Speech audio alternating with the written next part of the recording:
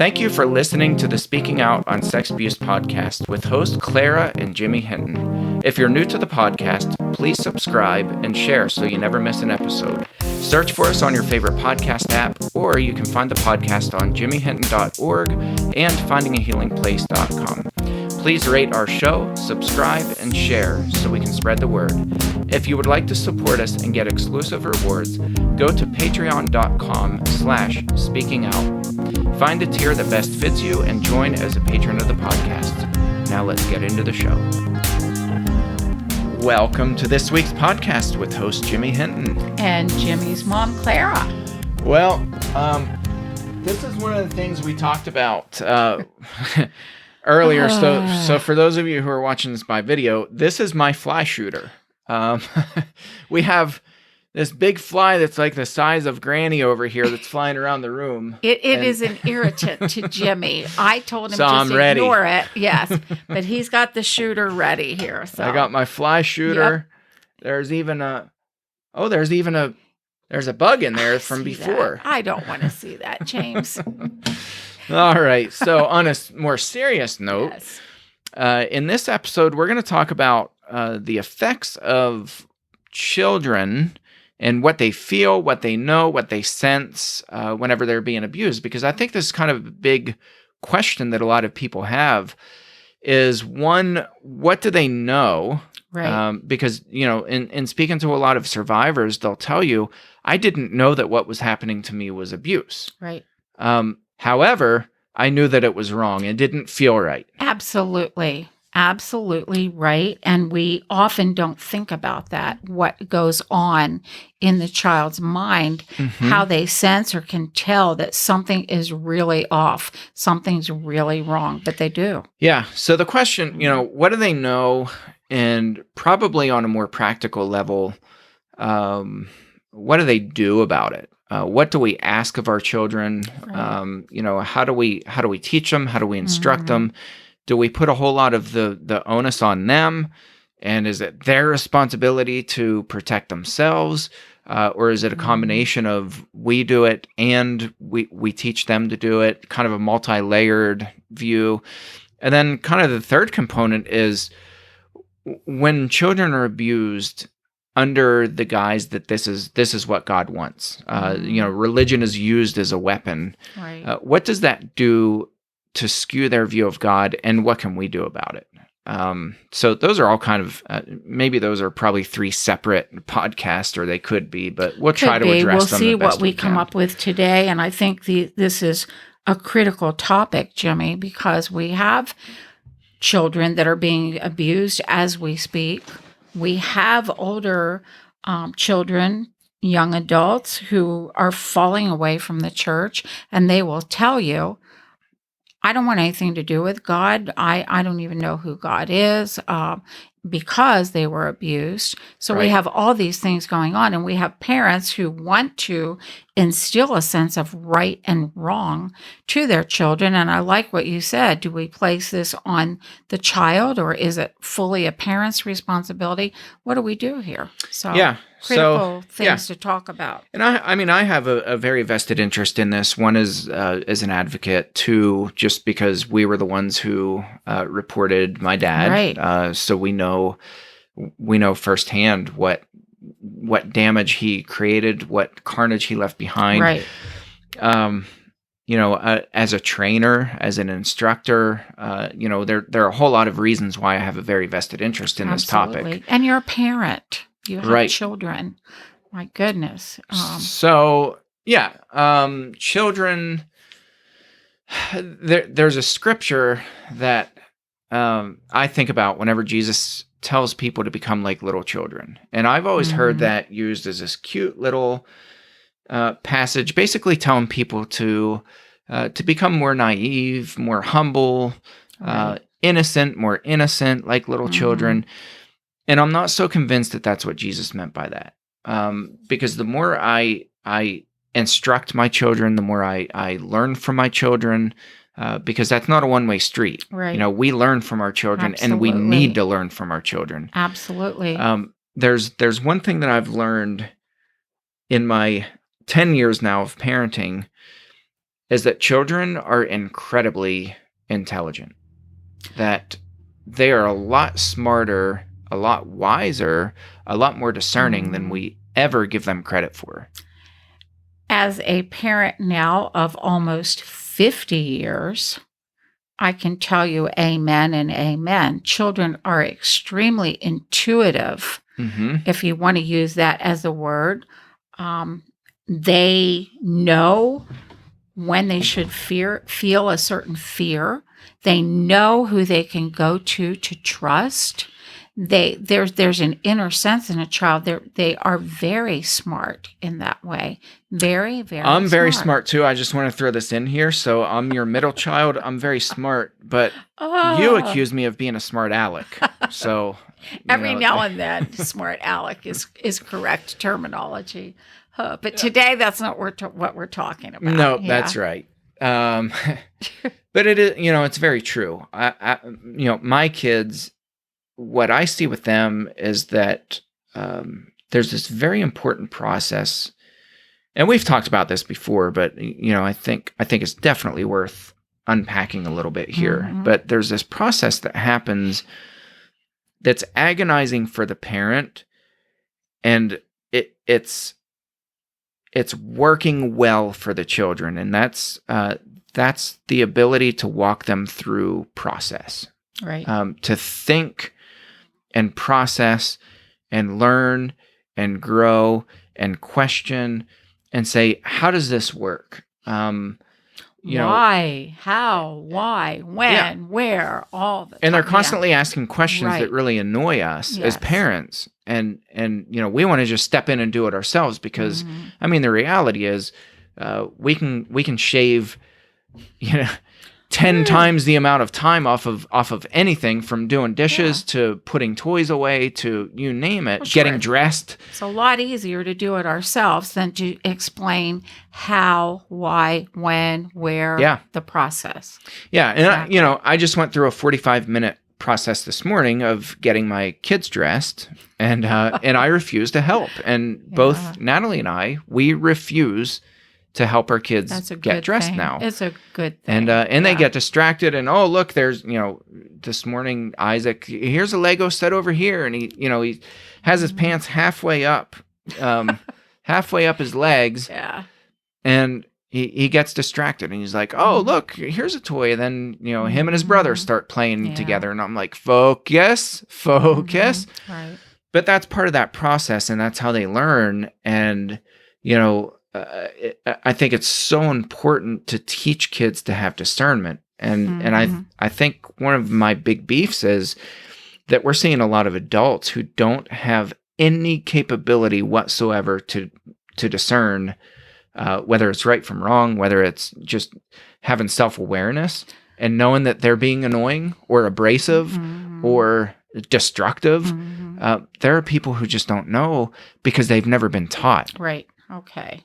Right. Now, in bringing this in focus to what this has to do with abuse, I have talked to many, many children who are now grown up who were abused, who will say, I knew there was something wrong. I was afraid. I was shaking. I was petrified. I knew it was wrong, but I was told this is the way Jesus wants me to love you. This is what God says love is. This is how Grandpa is going to love you, and on and on and on. But the child knew, no, it isn't. No, but the mixed up mess that it causes in the mind is horrible. Yeah. Because along with that, the child is being told most often, don't you dare tell. And the child wants to. And they're being told by parents to respect everybody. Respect adults, respect your teacher, which we should teach. We teach that in my home. But there's an exception clause to that. Right. And speaking as a mother, like I said, of all of you kids, I never used the exception clause. It was always respect your elders, no matter what. Don't you dare talk back. Don't you dare talk about them. They are your elders. And now, if I had to do a retake on that, I would use that clause big and bold, Yeah. except when you know, feel, or sense that something is wrong. You come to me Yeah. and you tell me. Well, also kind of focusing this in on a practical level. Just teaching kids to have the terminology to name what could be or is happening to them, to name that as abuse is not enough. No. We've yes, the terminology has to be there. So, you'll hear in circles of advocacy and books that have been written on sexual abuse, teach your kids proper anatomical names for private parts. We've been doing that from age 2. Yeah. A penis is a penis, a vagina is a vagina. Like, they can name body parts. Right. We don't have little pet names. We did. Yeah. Sorry. So- but I come but- from the age you don't where know. you didn't So- use the real word, as it's Right. But yes. So, we don't snicker and giggle and, Right. and all that stuff. We Right. just, from the time they were little, it just was normalized that just Right. like this is a finger right. or a And that's hand how or it an should arm or be, a and leg, that's how like it we should have be. body parts. Absolutely. Um, right. And so proper anatomical names are important, but that's not enough. And so, kind of bringing this all back, we teach our kids that if somebody's making you feel uncomfortable, Mhm. they're doing something wrong. Absolutely. And you have every right to tell them to stop. Yep. To express that you're uncomfortable, even if you can't name that as abuse. If it makes you feel bad or wrong Right. or uncomfortable or afraid, Yeah. it's wrong. Right. Okay. And we also teach them that their space, however they define that, is sacred. So, Absolutely. My youngest son, we were just talking about him. He just turned 5, and he is his own person. And he sure is. and if something's on his mind, he's going to let you know it. Yeah. And if That's he doesn't like good, something, though. he'll let you know it. That's so It is good. good. It's And we don't discourage that whatsoever. Mhm. But That's good. he has never liked being kissed Mhm. anywhere. No. And Yeah. the only place we're not lip kissers with our kids. That's always kind of weirded me out. But we've kissed him on the cheek before, Mhm. and always from a young age, he would wipe it off and he'd say, "That's gross." Yeah. Okay. And so we For would talk him, it about that. is, right. And he It just is, doesn't yeah. like it. And he Right. says, kisses are gross. They're wet. Mhm. They have Mhm. germs on them. Right. And that's just in his mind. He does not like kisses. So Right. guess what we don't do with him? You respect we his. don't kiss right. him. Absolutely. If he doesn't like it, we're not going to be like, Mhm. oh, well, it's just a kiss. Mhm. We tell him too. If other people don't know that you don't like kisses and they try to Mhm. kiss you, tell them that. Oh, he told me I gave him a kiss on I the remember top seeing of his that. head, and that was the last, first and last. I don't like He kisses, let Graham. me know, and I will not do that again. Oh yeah, Yeah. I made that mistake. Yes. So I think it's really important to teach our kids privacy, boundaries, to listen to their sense of when somebody's making them uncomfortable, and that might be different for each people. It is, and what's interesting? Some of these boundaries don't have to be taught. Right. As I'm watching grandchildren now, when they come to the house and maybe they're staying overnight and they're getting ready for bed, it's very interesting to me to see how most of them, starting from around age 4 to 5, will go in the bathroom, close the door, Mhm. holler, "How do you lock the door, Graham?" and get changed into their PJs. Because it's just they don't feel comfortable doing it out in the Being open exposed. anymore. Yeah. Right. And it's Unless not, you normalize that. And that's Right. what, that Yes. shouldn't be normalized. right. And I'm watching now as the preteen ones are doing the, like yesterday, some were changing into a swimsuit. Oh my word. Boarded up everything. They Mhm. want their privacy. I'm thinking back to myself as around 3rd grade.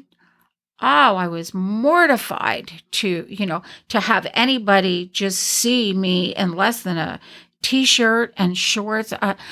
nobody taught me that. My mom and dad didn't teach me that, but Yeah. it's something that I felt. I set my own boundaries. So you're right, Yeah. Jimmy. That's innate. That's inborn. There are boundaries that a child will know from very young up. Yeah, and we also in our home talk about it, and we talk about the importance of privacy and that Right. nobody has a right to violate that. Right. And so, nobody ever walks into closed door rooms, be it a bedroom or a bathroom, without knocking. Right. We always, Oh, that's everybody. so, I wish that everybody had my that sibling, policy. Yes. my kids with each other, the Mhm. siblings they don't walk in on each That's how it other. should They be, knock on each yes, other's right. doors. And it's just, it's all because we taught them to Teaching listen to that boundaries and to respect respecting, privacy. Yes. Mhm. So, I think it's really important to have them go through that thinking process because kids are very intelligent. They're very smart. They sense when things aren't right. Every abuse survivor that I've ever spoken with who's talked about what they felt as a child Mhm. will all 100% of them will say, I knew that what was being done to me wasn't right. Well, that's I why, felt that it was wrong. and it's so sad to hear that, because then as parents and as friends, we want to say, well, then why didn't you say something? But there's that fear that and also what was told to them, and that fear of not being believed, not being accepted, the guilt that is laid on. Even a child can feel guilt, Mhm. heavy guilt, and it's horrible. Yeah. It's just awful. What happens to a child when boundaries are, overlooked and when abuse occurs is terrible. Yeah. It really is. So, moving to the second stage of that on a practical level, how much onus do you put on the kids? How much responsibility do you put on their shoulders to say something, to be informed, to take action? I might be in a minority with this because I know some advocates who are like, it is never the responsibility of the kid, and because if they're ever abused, they're going to feel guilty because they didn't stop it and they can't stop the abuse, and on and on and on. And I totally disagree with that. And as with everything, there needs to be balance. So I'm not saying 100% of the responsibility should fall on their shoulders, but the way that I always look at prevention of abuse is we need to put as many tools into the tool belt of everybody, starting from the age of 1 year old, 2 years old. We need to start putting tools in their tool belt that will help them recognize, identify, fend off abusers. And if we're not doing that, we put all the responsibility on adults being trained, and they're the eyes and the ears, and they're the ones who are looking for the signs of abuse and all this red flag behavior that I harp on that does not work. Right. We put all of that responsibility on the adults, and my question is, how's that working for us? It's not, and I'm thinking. My mind is thinking here.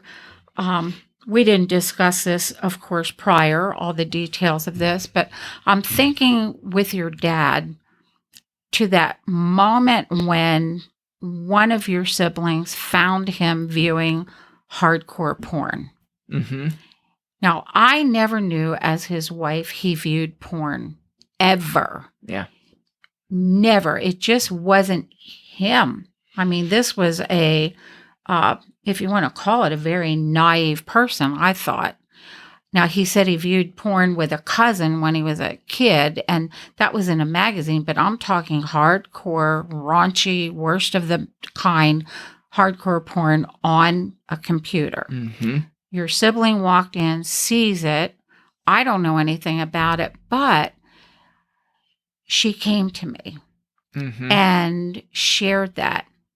However, and I was so thankful, but, even though he fed a bunch of lies, said he was preparing for a sermon, and I felt head, neck, heels for it. I was like, oh, okay.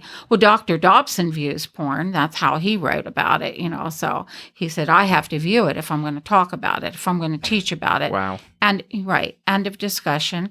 But it was interesting to me that that incident I shared then with you kids by way of an email and said, wow, I don't know where this came from. But then I shared what your dad said. But the abuse that was occurring in our home was not shared until much later. And I'm wondering, had I, as a parent, instilled that and given you kids that tool that I didn't know existed to come to me if anything, there's any sense of wrong or extending beyond boundaries or whatever, I wonder if that would have made a difference. I'm thankful, so very thankful that happened at an older age, but I love what you said about giving our kids as many tools in their toolbox as we can. Yeah. We need to do that. I always have these little soapboxes that I get on and, I hadn't with noticed, trainings Jimmy. and things like that. But part of that is I'm just an analytical thinker, and it's not that I'm necessarily being really critical. It's just that I'm thinking of every perspective, Right. every angle, and that's Right. just how my brain works. But a lot of people teach different preventative techniques as if this is going to seal the deal and this is going to be the catch-all to prevent abuse. And it doesn't work that way. No. Training your kids, teaching your kids boundaries, teaching them how to speak up when they feel uncomfortable, that's not a fail-safe method to keep them safe. It's a tool. It's helpful. It can help minimize, but that's not like, the end all that's going to keep them from Right. ever getting You need a abused. I think we're variety. naive if we Right. think that. Right. But I guess as being the mother of abused daughters, it runs through my mind often, what if I had spoken about this, but at that point in time, abuse wasn't even talked about in the home. It truly wasn't. Yeah. So, I personally, what we do is we teach our kids boundaries. We talk about what their boundaries are, kind of their non-negotiables. Right. We discuss it, not real often, but just often enough, every couple months. Reminders. We just kind of casually bring it up in Refreshers. conversation. Okay. So it's not like we sit our kids down. No. I see know some that, people that are yeah. just weirdos with their kids, Yeah, and they're like, no. making them watch videos on abuse from a No. young age. And I'm like, you're nuts. Mm-mm. You're Yeah. insane, and you're going to Mhm. screw your kids up. Right. So, I think there has to be balance, but personally what we do is, we have blunt, but fairly casual conversations about it. We talk about And boundaries. age appropriate, obviously. Correct. Age appropriate. And yes. we talk about some of the techniques that abusers use, Mhm. sitting them in their laps, the Right. progression of hand movement to, Okay. to uncomfortable places. Mhm. So we talk about those sorts of things, not in graphic detail whatsoever, Right. but we just say, like, if somebody puts you in that position and you tell them no and they continue anyway, yell, scream, cry out for help. Mhm. And what we're doing is we're trying to help them overcome that freeze, that natural response that's a freeze. There's flight, fight, and then some people have identified what's a freeze response, where people can't cry out even if they want to. Right. Those responses can be overcome with training to a degree. Mhm. So to whatever degree we can help overcome those different responses, we talk about them. Okay. So we talk about those things, but we never, ever give the impression to our kids that if somebody does something anyway, and you're not able to defend yourself, that somehow that's your fault. We never, ever want them No. to even heavens, begin no. to think Right. that that's their fault, because it's not. So, we talk about this. So we do put some responsibility on the shoulders of our kids in the way of equipping them with different tools. I like that you're saying that, because if you place the burden on the child, that's unfair. would Yeah, be that's awful. unfair to do that. And as you're talking and as I'm sitting here thinking, what a child goes through when abuse occurs is something that I don't think we can even compute in our minds unless it's happened personally to us. I agree. I really don't think, and when you said, it's fight, flight, or freeze, I have a feeling I'd do all three, even with the education that I have right now. Sure. I don't know. Yeah, that's why I want to be careful with this and say, well, we teach our kids to overcome freeze, and it, that's a fail-safe method. It's not. That's a visceral response that your body has. It's an automated response, and you may have very little to no control over that. But helping them process through that and realize that is a bodily response. That's helpful. I love that you're saying that, and I think that's vitally important. As an adult, I've often thought, I live alone. I've thought, okay, what if an intruder comes in, or what if I was ever in a rape situation? I've replayed it in my mind over and over again. Each time it's a different scenario. Mm-hmm. One time I would kick and punch and bite and scream. Another time, I don't think anything could come out of my mouth. I don't know what I would do. But it's important to have at least the ideas in your mind that there is something you can do. Yeah. So, this is a little bit of a different scenario. Well, no, let me change that. This is a lot different scenario because it's not abuse. And I'm not making this comparison to say that this is similar to abuse, but I think back to my training when I drove truck. And proper instruction and having the right tools in your tool belt, that really is what will make or break somebody as a professional driver who has the capacity in an 80,000 pound vehicle to either be a safe person on the road and protect lives, or to be a weapon who takes lives. I mean, you're talking a massive pile of steel that's a weapon on wheels. If you're not properly trained on how to drive it. So, one of my instructors just grilled into our heads over and over and over and over again. He said, always be thinking of every scenario that could possibly happen. He said, your brain should never stop moving. He said, when you're looking ahead, you're not just turning a steering wheel and pushing a pedal. He said, you're coming up on an intersection. And he said, even if you don't see anybody there, he said, picture a little kid that comes out of the bushes chasing a ball. I see what you're saying. Yeah, that comes out where all of a sudden he's there or she's there. Right.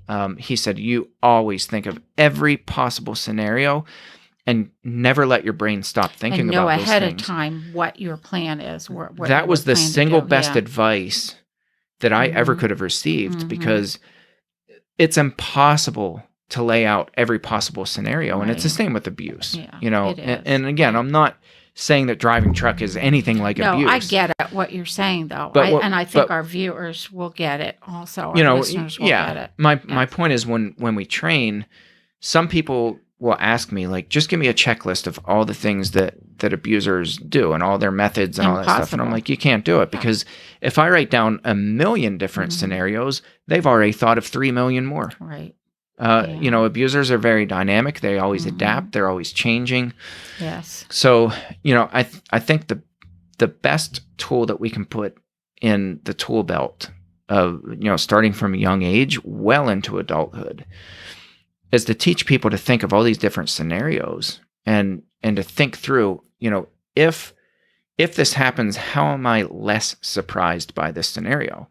And a couple moments where this saved other people's lives, I always felt fairly safe in an 80,000 pound piece of machinery, but it's other people's lives. And there was one instance where I was getting a jab for a hill on Route 30 coming into Breezewood.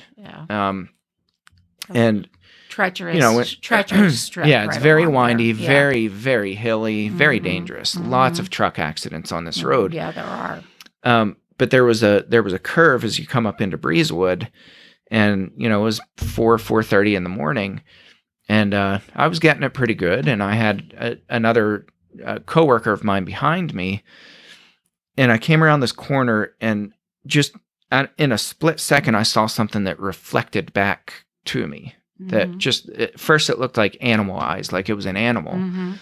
And right away, I knew I could never stop in time. It was No. impossible. And within a split second, what I saw was a vehicle, a pickup truck that had rolled upside down. Oh. And the passengers that were inside of that pickup truck were crawling out of the windows. Oh, wow. And they took up my entire Wow. lane. Yeah. I was coming around a turn, Oh, wow. fully loaded. That had very much potential to be a very bad accident Sure that did. took Yeah. 4 people's lives Mm-hmm. in a second. So I was able to, analyze, think. It didn't surprise, though it surprised me. It didn't, Mhm. like You had you're- already you always thought have a similar I scenario. had thought of through. that kind of scenario a million Okay. different times. Right. And so I knew exactly what to do, and I was able to walk my truck around them. Before I even started to walk around, it happened so quickly. I reached for my microphone on the CB, and I started hollering back to Kim, who was behind me. Mhm. I was like, left lane, left lane, left lane, left lane, left Okay, lane. And I yeah, didn't have time to right. explain what was going on. Right. And fortunately, Kim heard the urgency. Okay. She knew exactly what was going on, though she Mhm. couldn't see what was up there. Okay. Kim was able to swing out around, and so 2 of us were able to avoid taking 4 Mhm. people's lives that day. And I could give you 100 of those scenarios that Mhm. happened while I was driving. And it's just constantly being in that mindset that Now, of course, things happen, surprises happen. We know that a very young child doesn't have that mindset. No, they as we- can't. No, they can't be that Right. that progressed Right. in their thinking, but they can think of some scenarios. But we can plant the seeds to where they would at least know this is wrong, which Right. they already would know, and this is what you do. This is you yell, scream, use the words "don't touch" or whatever, or here's the person you go to tell right away, and that could potentially prevent a lot of future abuse. Yeah. When we just need to reframe the way that we think and the Mhm. way that we teach, the way we instruct, the way we Mhm. have conversations, Mhm. conversations at the dinner table. And if we restructure and rethink, that helps us from being paranoid. And people ask that question every time I do a training. How in the world knowing all of this stuff and the way abusers think, Right. and really, like I've worked hard to get into the mind of I an know you abuser, have. and it's a Yes. dark I know place. you have. And so, people inevitably will ask me, how do you keep from being paranoid? And how do you keep us from becoming paranoid hearing the things that we're hearing today? Mhm. And I say, it all goes back to your training. And, paranoia is so anti-productive, and paranoia plays into the hands of the abuser. It sure They're going to does, use yeah. that paranoia, The fear, and they're going to yeah. actually increase your level of Mhm. paranoia while they're abusing your kid. Mhm. So, paranoia is not effective. I don't ever recommend people No. become paranoid. No. I was not a paranoid driver as a truck Mhm. driver. Right. I'm not a paranoid parent. I'm not Mhm. thinking, oh my goodness, what if my kids are abused today when they go to school? I think that would drive a parent crazy. Yeah. Yeah, That would be, yes. I think that's absolute. I don't want to say insanity because that's No, but by not giving right. But tools, you feel more secure in what you've given your Right. children. you just they become at more least- equipped. Right. And I'd like that you and Natalie teach your children. I think when a mother-father team, that's so important within a home. Absolutely. Yet we know that I don't know if it's the majority at this point now of homes do not have a mother-father team. So we have a real, a real. But that crisis. doesn't stop you from being able to teach your No, kids and from but- them being able to learn. Right. And but kids need to know where to go that's safe also. Yeah. Trust, which Yeah. leads into, That leads into next week's Yes. podcast because we didn't get time to talk about the No. religion aspect of Right. it. And I think that's so important because so many abusers abuse in the name of God. And they tell these kids, this is what God wants of you. This is what he expects of you. This is how we express love to each other. And it's a very poisonous mixed message because the kid knows that it doesn't feel right, but this person's telling me that this is what people do, and so this is what's expected of me. I heard from the mouth of a 13-year-old girl that her stepdad was raping her, just out and out raping her. He was a minister, and he began the first time by telling her, this is the purest kind of love that you will ever feel.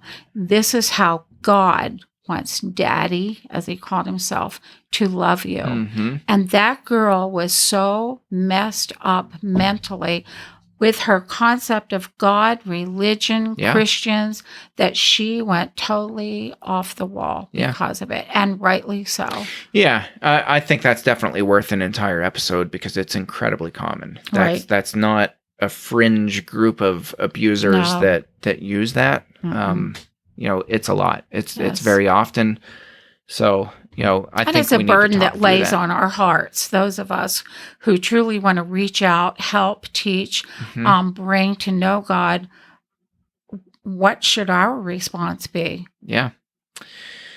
Well, we will leave you with this truth bomb. I can't heal the wounds of every abuse survivor, but I can be a living example of Christ's love to one. There's so much healing that needs to take place. Yes, there needs to be instruction. We need to add more tools, but there's also healing. And next week, we'll really focus in on that, especially when that religious component is brought into it. Absolutely. So, once again, we thank you for tuning into this episode, and we'll catch you next round. Thanks again for listening to today's episode. Thank you to our patrons who make the podcast possible. If you found it helpful, please follow on Spreaker and search for the Speaking Out on Sex Abuse podcast in your favorite podcast app. Be sure to hit subscribe and rate the show. If you believe in what we do, consider supporting the podcast by becoming a patron, and check out the cool rewards our patrons receive. Share with your friends and tell the world. Join us in speaking out on sex abuse so we can change the tides and prevent abuse.